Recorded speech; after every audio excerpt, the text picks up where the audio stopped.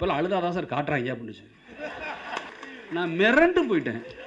அவன் வந்தான நாள்லாம் எங்கள் அக்கா கூப்பிடுதுறா அப்படிமே, அவன் தொலைச்சிரும் இல்லைறா அப்படிமா. யாருக்குமே சகாயம் பண்ணாத ஒருத்தருக்கு சகாயம் தெரிஞ்சுருக்காங்க பாருங்க. இறுதியில் இடியாப்பமே வெல்லும் அப்படின்னாங்க. இன்னைக்கு இப்போ திருண்டு பய சொல்கிறான் சார், நான் ரொம்ப டென்ஷனாக இருக்கேன்றான். அந்நியர் தரும் உணவில் விஷம் இருக்கலாம் என்று எழுதப்பட வேண்டியது ரயில்வே கம்பார்ட்மெண்ட் அல்ல, கொக்கோ கோலா பாட்டில் என்பதை கொஞ்சம் யோசிக்க கூடாதா நீங்க? இப்போ மரியாதைக்குரிய சிவகுமார் அவர்கள் ஒரு முறை கே பாலச்சந்திரன் இயக்குனர் சிகரம் அவர்கள் சொன்ன வார்த்தைகள் எனக்கு நினைவு இருக்கு. தன்னுடைய கண்களால் நடிக்க தெரிந்த தமிழ்நாட்டு நடிகர்கள் இருவர், ஒருவரை சொல்ல மாட்டேன், இன்னொருவர் சிவகுமார் என்று பாலச்சந்தர் சொன்னார்.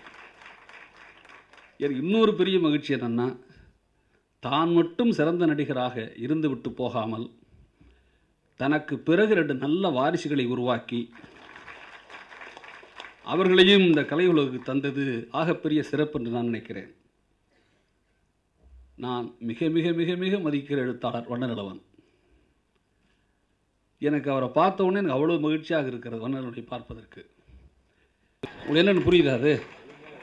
உண்மையாகவே நல்லவனாக இருக்கிறது நம்ம கஷ்டம், உண்மையாகவே கஷ்டம். அது நல்லவனாக இருக்க கஷ்டம். நான் வந்து சார் சிவகுமார் சார் பக்கம் நினச்சிக்குவேன். ரொம்ப திரைப்படமாக நடிக்கிறார், ரொம்ப கஷ்டம், நடிக்கிறது ரொம்ப கஷ்டங்க.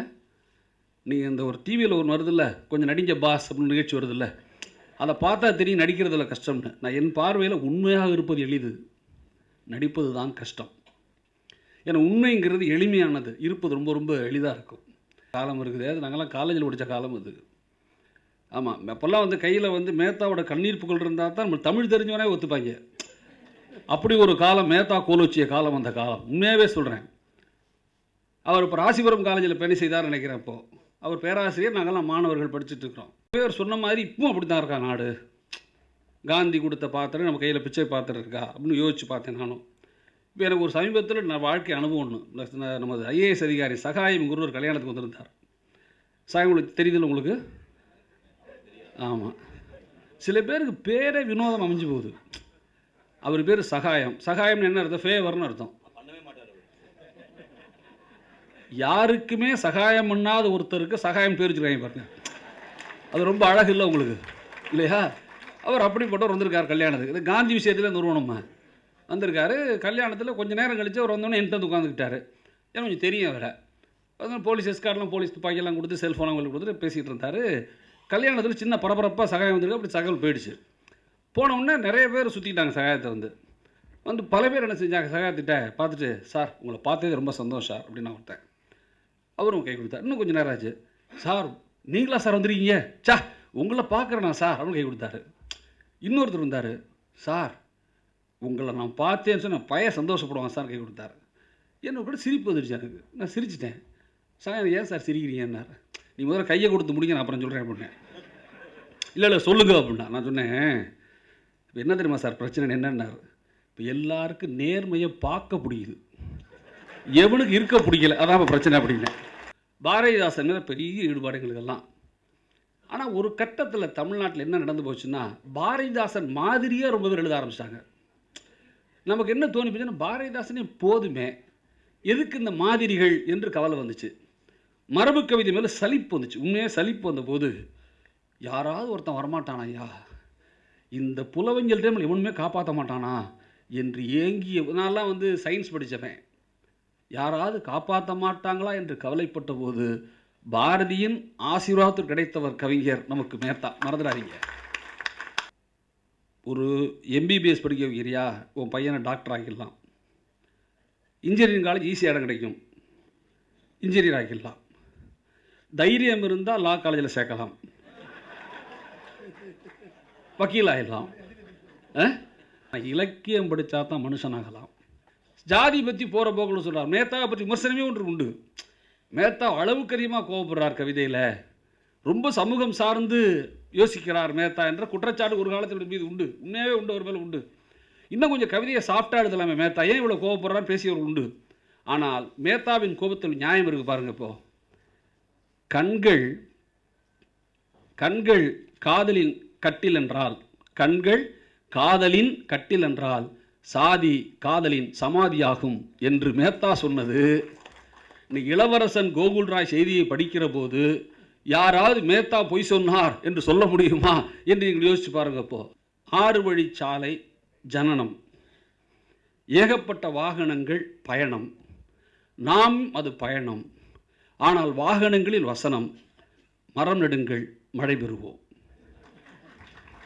இப்போ பயலுக சாதாரணம் இல்லை சார். மேத்தா காலத்திலேருந்து புறப்பட்டு நீ பசங்க வந்திருக்கான்னா நீ வந்த வீச்சுக்கு மேத்தா ஒரு காரணம்ங்கிறது யாருமே மறுத்தர முடியாது. நீ ஒரு பையன் அந்த மேகி நூடுல்ஸ் பற்றி ஒரு கவிதை சொன்னான் சார். மேகி நூடுல்ஸ் பிரச்சனை வந்துச்சு, திரும்பி அது வரப்போகுது, அது வேறு விஷயம், அதில் தெரிய கதை. மேகி நூடுல்ஸ் அரசாங்கம் ஆப்படிச்ச போது கவிதை எழுதுனா, இடியாப்பத்தின் வாழ்வுதண்ணி நூடுல்ஸ் கவ்வும், இறுதியில் இடியாப்பமே வெல்லும் அப்படின்னாரு.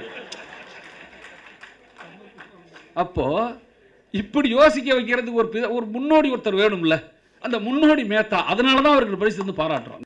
நீங்க போய் படுத்தா கேட்க ஆள் இல்லை. இப்போ உங்கள்ட்ட 50,000 பணம் இருக்கலாம், 5 லட்ச ரூபா பணம் இருக்கலாம். ஒரு நாள் ஹாஸ்பிட்டல் படுத்தா வந்து கேட்டுட்டு போயிட்டே இருப்பாங்க. ஒரு கட்டத்தில் என்ன ஆயிரம் பேஷண்ட் எல்லாம் டேப் ரெக்கார்டு போட்டு வச்சுக்கிறாங்க. இங்க வந்த மாப்பிள்ள இந்த டாக்டர் பார்த்தாரு, அவனும் 5 நிமிஷம் பார்க்குறான், டைம் ஆயிடுச்சே, சரி நீ போயிட்டு வாங்க. இப்படி ஆகி போச்சு வாழ்க்கை உங்களுக்கு. கிட்டத்தட்ட நீங்கள் நடக்கிறவனால மட்டும்தான் உலகத்தை கவனிக்க முடியும். மறக்காதீங்க. கார் கார் கார் எல்லாம் பறக்கிறோமா, உலகமே கண்ணப்படாமல் போயிருது. இப்போ நமக்கு உலகமே கண்ணப்படலை, ரொம்ப ஃபாஸ்ட்டு. நீ எவனை கேட்டாலும் டென்ஷனாக இருக்கானே. இப்போ நீங்கள் இப்போ திருண்டு பய சொல்கிறான் சார், நான் ரொம்ப டென்ஷனாக இருக்கேன்றான். இவ்வளோ தான் இருக்கான் உயரம். என் பேரன் என்னை டார்ச்சர் பண்ணாதேங்கிறான். ஒப்புறான நாளெலாம் வந்து டிகிரி படிக்கணும்னு டார்ச்சர் வார்த்தைகள்லாம் தெரியாது. இப்போ டார்ச்சர் பண்ணாது அப்படின்றான். அதில் இப்போ எல்லாரும் கம்ப்யூட்டர் கேம் விளையாடுறாங்களா? நான் ஏன் வண்ணல் படி படி படி மேத்தாவை படிப்படின்னு சொல்கிறேன்னா, நீங்கள் பிள்ளைகளை படிக்க வச்சிங்கன்னா நல்லா இருப்பாங்க. இப்போ தெரியுமா, இப்போல்லாம் கம்ப்யூட்டர் கேம் தான் சார் விளாட்றான். எல்லாரும் கம்ப்யூட்டர் கேம் இப்படி விளாட்றான், அவனை விளாட்றான், அவனே ஒரு ஆப்ஜெக்ட் இவனே ஆளுறான், இப்படி விரட்டுறான், கார் ஓடுது, முட்டுது, திரும்புது, பாயிண்ட் மேலே ஓடுது, வெறிச்சு வெறிச்சு பார்த்துட்டே இருக்காங்க. நல்ல கவனி, இவனே விளாட்றான், இவனே ஆப்ஜெக்டை கிரியேட் 2 பேர் விளாட்றாங்களா? தோக்கிற மாதிரி வந்து டக்குன்னு சிஸ்டர் ஆஃப் பண்ணிடுறான். உண்டா இல்லையா நான் சொல்கிறது? ஆனால் எங்கள் தலைமுறையில் பம்பரம் குத்தணும். எப்படி பம்பரம் குத்தணும் உங்களுக்கு? ரவுண்டு போட்டிருப்பாங்க, பேந்தான் பேர், இவ்வளோ பெரிய பம்பரம் இருக்கும், சுற்றி நாக்கில் எச்சு வச்சு அப்படிங்கிறது. நிஜமாவே சில ஊருக்கு சில பேர் இருப்பாங்க, வில்லங்கமான பயலுக. அவங்க மட்டும் பம்பரத்தை தொட்டாங்க, எல்லா பம்பரும் டனால் தான். அவன் வந்தான நாள்லாம் எங்கள் அக்கா கூப்பிடுதுரா அப்படிமே, அவன் தொலைச்சிருவான் நில்றா அப்படிமா, எங்கள் அம்மா வையுண்டா அப்படிமே, பேத்துருவன் மூஞ்சி நில்றா அப்படிமா. நல்ல வித்தியாசம் குனிங்க. இப்போ என் தலைமுறை, இந்த தலைமுறைக்கு இவனே கிரியேட் பண்ணி இவனே கம்ப்யூட்டர் விளாட்றான்ல, தோக்கிற நேரத்தை சிஸ்டத்தை ஆஃப் பண்ணிடுறான். ஸோ தோல்வின்னு என்னன்னு தெரியாத தலைமுறை உருவாக்கிட்டே இருக்கிறோம். ஆனால் என் தலைமுறையில் பம்பரம் குத்தும் போது தோக்கிற நேரம் ஓடுறேன்னு சொன்னால் நில்றான்னுச்சு வாழ்க்கை. எனக்கு தோல்வியை கற்றுக் கொடுத்தாங்க. இன்னைக்கு எல்லாமே எங்கே தெரியுமா சிக்கல் நிற்கிது? இலக்கியம் படின்னு சொல்ல காரணம் அதுதான். இப்போ நம்ம எல்லாமே போட்டியாகி போச்சுல சார். வாழ்க்கை சகலம் போட்டி தானே சார். இப்போது என்னுடைய பட்டிமன்றம் ஷூட் ஆகிட்டு இருக்கு, பக்கத்தில் ஒரு பாட்டு போட்டி நடந்துகிட்டு இருக்கு. அது பயங்கர காமெடி பாட்டு போடலாம். இப்போ சிறப்பாக பாடுறாங்க, அதெல்லாம் வேறு, அதுக்குள்ள நான் வரல. நான் பார்த்த ஷோவில் ஒருத்தன் தோத்துட்டான், எலிமினேட்டட் அப்படிங்கிறான். இல்லை அழுதுகிட்டே வந்தான் வழியில். ஏன்டா அழுகிறேன்னு? தோத்துட்டேன் சார் அப்படின்னா. என்னடா பாட்டு போட்டியை போய் இன்னும் வாழ்க்கையில் தோற்றுமே அழுதுகிட்டு இருக்கேன், பேசாமட்றா அப்படின்னு. அவன் அழுதான். அவன் பரவாயில்ல, சின்ன பேட்டு போனது அம்மா அழுகுது. எந்த ஊருமா அப்படின்னேன்? கரூர் சார் இருந்துச்சு. என்ன ஏன் அழுகிறதுக்குன்னு? என் பிள்ளை தோத்துட்டான் சார். இது என்னமா அழுகிறேன் அப்படின்னேன். 15 நாளாக ப்ராக்டிஸ் பண்ணான் சார். நிஜமாக நான் என்னம்மா ஒரு 15 நாள் ப்ராக்டிஸ் பண்ணால் பாட்டில் தோத்தான் இந்த அழுகிறேன் அப்படின்னேன். ஏமா அழுகிற, சும்மா இருமா அப்படின்னேன். சத்தியமாக சொன்னவொன்னு என்ன செஞ்சு இப்படி சுற்றி பார்த்துச்சு சார். பார்த்துட்டு யார் இல்லைங்கிறத உறுதி செஞ்சுக்கிட்டு இப்போல்லாம் அழுதாதான் சார் காட்டுறாங்க அப்படின்னுச்சு.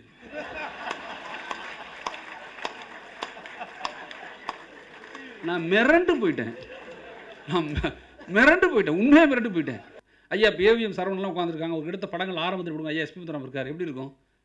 எம்ஜிஆர் இறங்கி தண்ணி பிடிக்க போவார், வண்டி போயிடும், அண்ணன் தம்பி பிரிஞ்சிருவாங்க.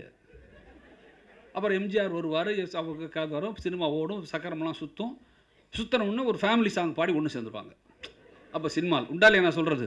இப்போ எந்த ஹீரோ இறங்கி ரயில்வே ஸ்டேஷன் தண்ணி பிடிக்கிறானா? ரயில்வே ஸ்டேஷன் இருந்தாலும் சார் அவன் பிடிப்பான். நீங்கள் புரியுதா நான் சொல்கிறது என்னன்னு உங்களுக்கு? நம்ம என்ன பண்ணிவிட்டோம், வாழ்க்கையே தலைகையில் மாற்றி விட்டோம்ல.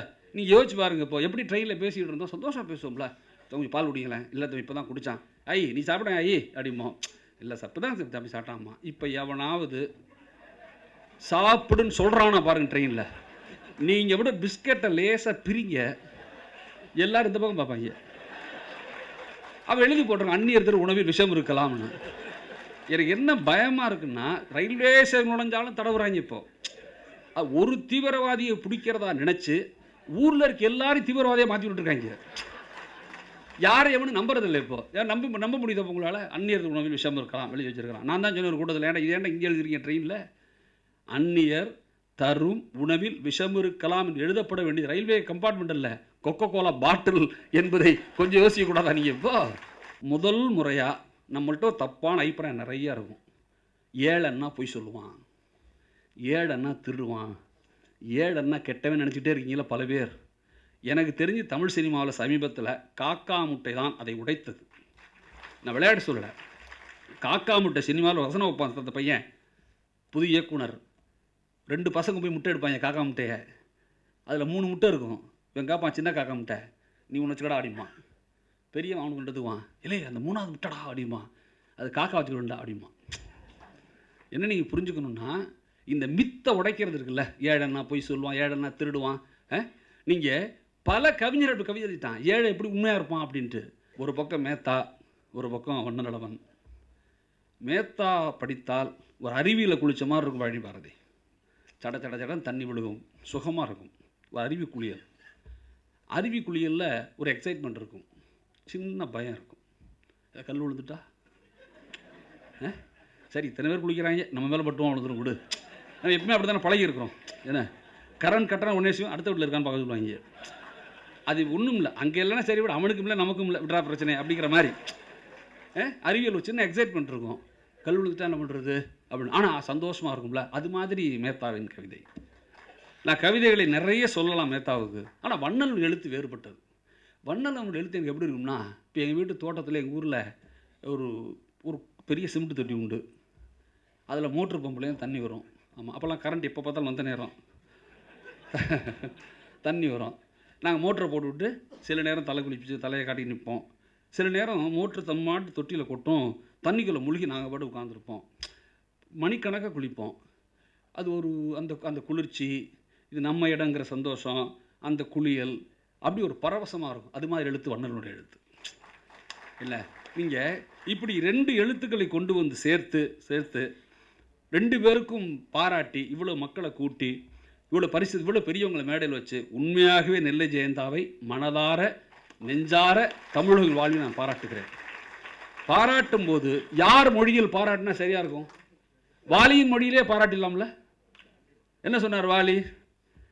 அடுத்தவர் நலனை நினைப்பவர் தமக்கு ஆயுள் முழுவதும் சுபதினம் வாலி.